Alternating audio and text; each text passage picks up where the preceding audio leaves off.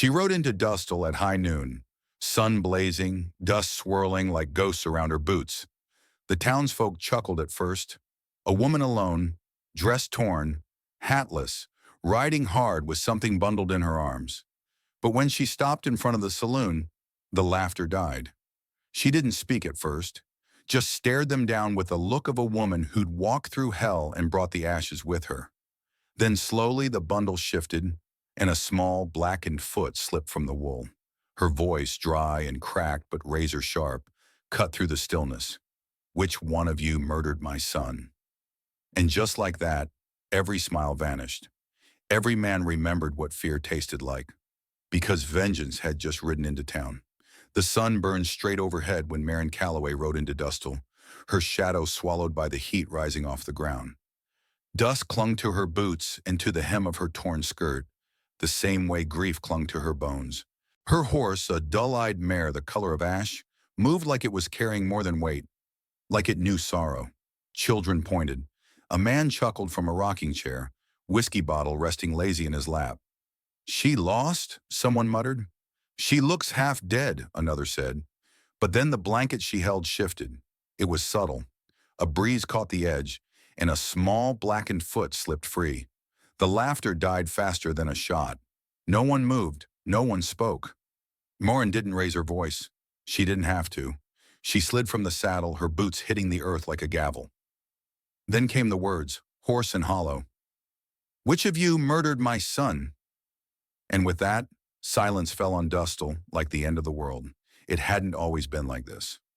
Once there was laughter in her home, not loud or boastful, but real, the kind that bubbled from a child chasing chickens too big for his arms, or from a mother making up stories at night under thin blankets and thinner roofs. Her husband, Thomas Calloway, had built their home with hands worn by rock and rain. The land wasn't good, soil thin as paper, water slow and brackish, but it was theirs, a place to make something lasting, something honest. Then came the quarry job. One shift too many, one timber too rotten. He never came home. The company sent back his hat and a folded pay stub. Marin buried him beneath the cottonwood tree with her own hands. No preacher, no neighbors, just her and a prayer that barely made it past her lips. "I'll take it from here." And she did. She learned to patch fences, to quiet coyotes with a rifle she hated holding. She planted corn even when the rains forgot her fields. She said no to every man who tried to offer help with strings tied tight. Her son, Jonas, was her purpose, her reason for grit. He had his father's eyes always wide with wonder, always asking why the stars flickered or why rabbits ran crooked. He used to say he'd be a sheriff one day, said he'd ride a white horse and build her a big house with a porch that faced the sun, and she'd laugh, not because it was foolish, but because he believed it with everything he had. Then Silas Beckett came calling, a man who wore money like armor, voice like velvet over gravel. He knocked with papers, smiled with threat. "That land of yours," he said, "I've got plans for it." She told him no, twice. The third time he didn't bother asking. That same week, she found the well poisoned, chickens dead. One morning, a crude mark burned into her barn door, a snake swallowing its tail. She took her son and went to town. Sheriff Hayes gave her a polite nod and nothing else. "No proof," he said, eyes flicking to her calloused hands like they were less than credible. That night, Jonas fell asleep, curled up beside her, whispering dreams of riding west, where mountains met clouds. She woke to heat, to smoke, to screaming. By the time she reached him, it was too late. She carried what was left of him out into the field and screamed into a sky that refused to answer. Thorne Ellis had seen the fire from a ridge 3 miles north. He was returning from a late shift fixing fence posts on Brant-owned pasture when he spotted the smoke.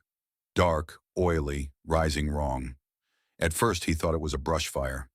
Then he heard it, a scream, high, thin, a child's. He rode toward the sound, fast at first, then slower as the shapes emerged. 2 men, one with a rifle across his chest, one with a limp and a snakeskin hat, standing like sentinels, watching the flames. "Keep riding," one had said, voice flat. "Ain't your fire." Thorne's fingers brushed the grip of his pistol, but something in the stillness stopped him. They didn't look surprised. They looked satisfied. And so he turned his horse. Cowardice rode with him the whole way back. He didn't sleep that night, didn't eat the next day. Every time he closed his eyes, he heard that scream again. Closer now, like it was inside him. He told himself there was nothing he could have done, but even he didn't believe that. Now Thorne sat at the edge of Dustall's saloon, hidden in half-shadow, watching the woman he'd failed walk through town like judgment on horseback. He hadn't seen her since the fire. He never expected her to survive, let alone return. But there she stood, scorched by grief but not broken. Not yet. And in her arms. What he couldn't forget. Guilt rooted him to the floor. He didn't reach for his gun. Not yet. The sheriff's office in Dustall smelled of leather, sweat, and silence. Marin stood across from Sheriff Hayes, fists clenched at her sides, her breath ragged from holding in more than just grief. Hayes sat behind a desk that looked more decorative than functional. His badge gleamed, polished like it had something to prove. "You expect me to chase ghosts," he said, not unkindly but firm. "You got a burned house and a heartbreak, Marin. That's not the same as evidence." She stepped forward. "He was 6. I know. He died screaming." He removed his hat and looked down. "And I'm sorry for it. I truly am. But you bring me names, witnesses, something solid. Until then, there's nothing I can do." Her throat clenched. "Then what's the badge for, Sheriff? Decoration?" He didn't answer. She walked out without another word, boots echoing like gunshots on the floorboards. That evening, in the hollow quiet of her rented room above the apothecary, a knock tapped softly against her door. Marin hesitated, one hand tightening on the iron poker she kept by her bed. The town had been whispering since her arrival, some with pity, most with contempt. She opened the door a crack. It was Thorne Ellis, hat in hand, eyes downcast, something wrapped in checkered cloth held to his chest like it might break. "I ain't here to make speeches," he said. "I just thought you ought to have this." He handed her the bundle. Inside was a small wooden box, blackened on one side but intact. She opened it with trembling fingers, a handful of marbles, a rusted key, and a child's crumpled drawing, stick figures, one with a red hat, a crooked house, and scribbled in a child's careful hand, "To the fireman who saves people. If I ever need help, please come." Her knees buckled, and she sat heavily on the edge of the bed. Thorne stood silently, hat clutched in both hands, guilt radiating off him like heat. "I found it near what used to be your porch," he murmured. "Must have fallen off the stoop." She ran her hand over the paper, as if touching it might bring her boy's voice back. "You were there that night," she said without looking up. His silence answered for him. "I saw the flames," he finally said, voice low. "Heard the scream. And I froze." Her stare was sharp enough to cut. "Why?" "I've run into burning houses before. During the war. Saved men half on fire. But that night, when I saw them standing there, like it was planned, something in me stopped working. You turned your back." "I did." The words sat heavy between them. Then she spoke. "Are you here to confess or to help?" Thorne raised his eyes for the first time. "To help."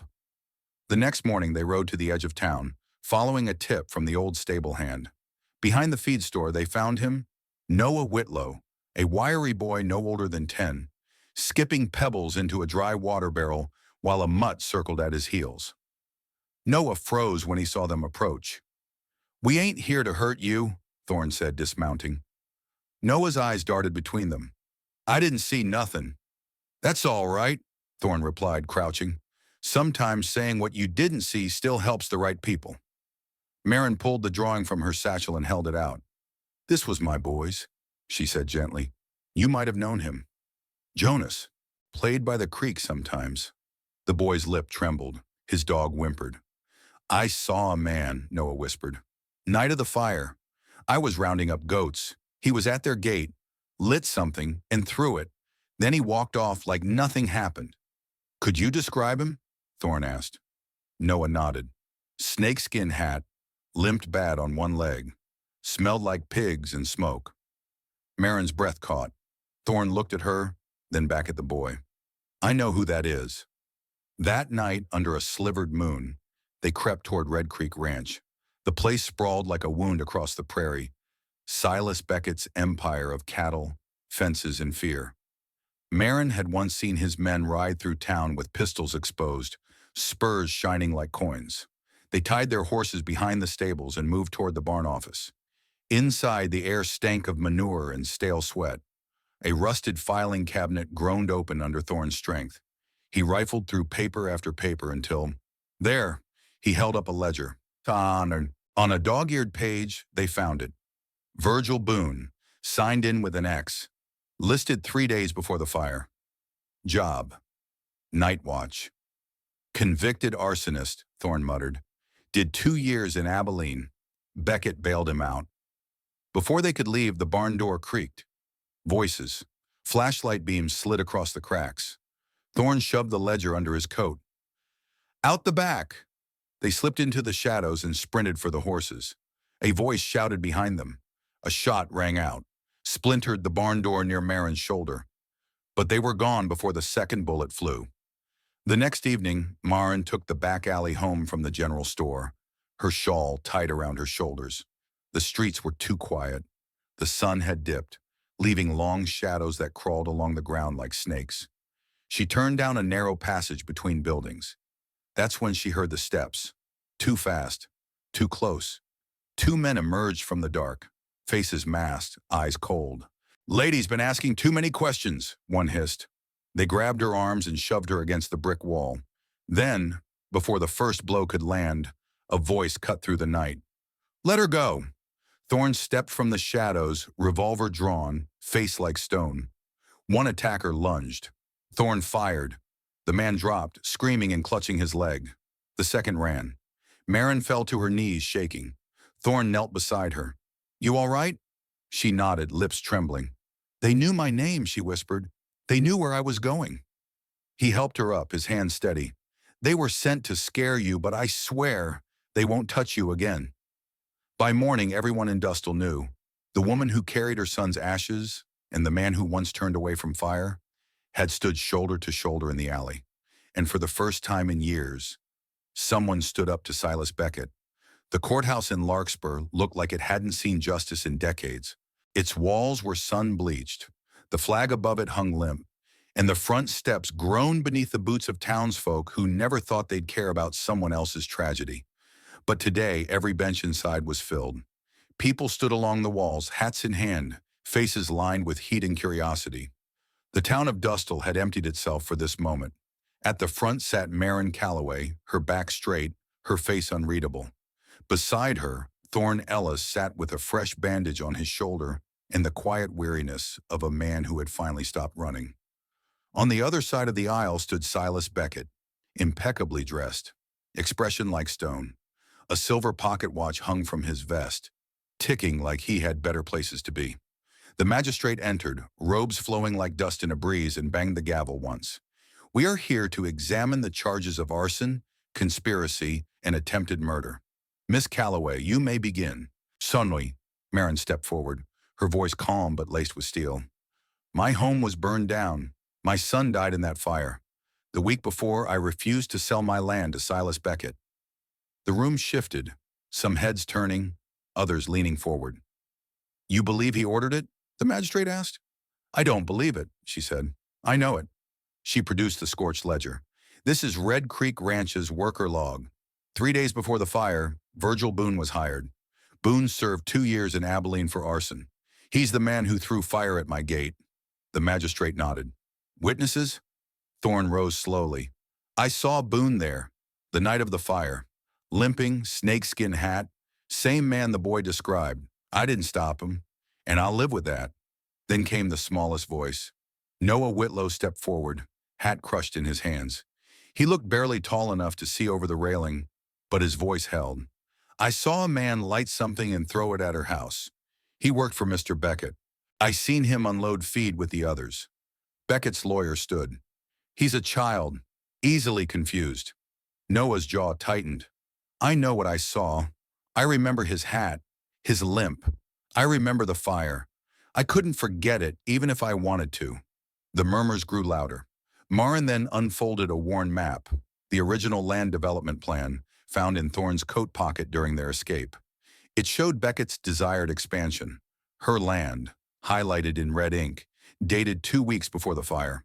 The magistrate studied it carefully. Planned acquisition? Prior to arson? Thorne nodded. He couldn't buy it, so he tried to burn it out of her hands. Beckett's jaw flexed, but he didn't speak, until finally he rose. Smooth, slow. "This is all fantasy spun by a woman who couldn't handle loss," he said, "and a drifter who never amounted to anything. I had no need for her land, no reason to do her harm." The room held its breath. Then came the crack of a pistol. A figure in the gallery stood, one of Beckett's hired hands, face twisted with rage, gun aimed at Marin. Time slowed. Thorne didn't think. He moved. He lunged in front of her just as the bullet flew. It struck him in the shoulder with a sickening thud. Blood bloomed through his shirt. Screams erupted. The sheriff, standing at the back, drew and fired in one motion. The attacker dropped, gun clattering across the floor. Silence followed, jagged and wide. Marin fell to her knees beside Thorne, hands pressing to his wound, her breath trembling. "You stay with me," she hissed. "Don't you dare leave me now." Thorne groaned, eyes fluttering. "Told you I'd stand between you and the fire." The sheriff stepped forward, smoke still curling from his revolver. He turned to Silas Beckett, who stood like nothing had happened. "You brought violence into my court, Beckett," he said. "You're done." The magistrate banged the gavel hard. "Arrest him." Gasps swelled through the room as 2 deputies cuffed Silas Beckett. For the first time, the man looked surprised, like he'd forgotten justice could still speak. As they dragged him from the courtroom, he turned his head toward Marin. "You think this changes anything?" he hissed. She stared back, unwavering. "No," she said, "but it ends something." Outside, the sky had clouded over, casting strange shadows over the courthouse steps. Rain threatened. Wind swept across the faces of those who'd watched in silence for years. Now they saw something different. They saw a woman who hadn't just buried a child. She'd stood before power and said no more.